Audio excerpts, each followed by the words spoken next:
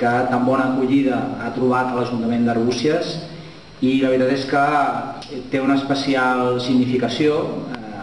també per mi a nivell personal. Durant molts anys jo vaig venir aquí a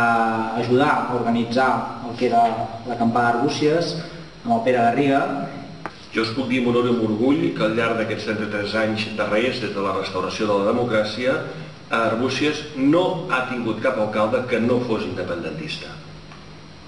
Penso que és una dada que possiblement pocs pobles, pocs municipis puguin tenir. Els diferents alcaldes que han anat passant per aquest consistori, per aquest ajuntament, si una cosa ens ha caracteritzat o ens ha unit en aquest cas, malgrat de ser de diferents formacions polítiques, és el nostre tarannà independentista. I la prova està que d'actes, activitats, moviments, assemblees a favor, en pro, en defensa de la llengua a Catalunya i l'independentisme del nostre país, Arbúcies s'han sovintejat, i s'han sovintejat d'una forma no casuística ni casual, sinó d'una forma intensa, i m'atreviria a dir que molt intensa. Creiem, per tant, que és el lloc idoni, el context idoni,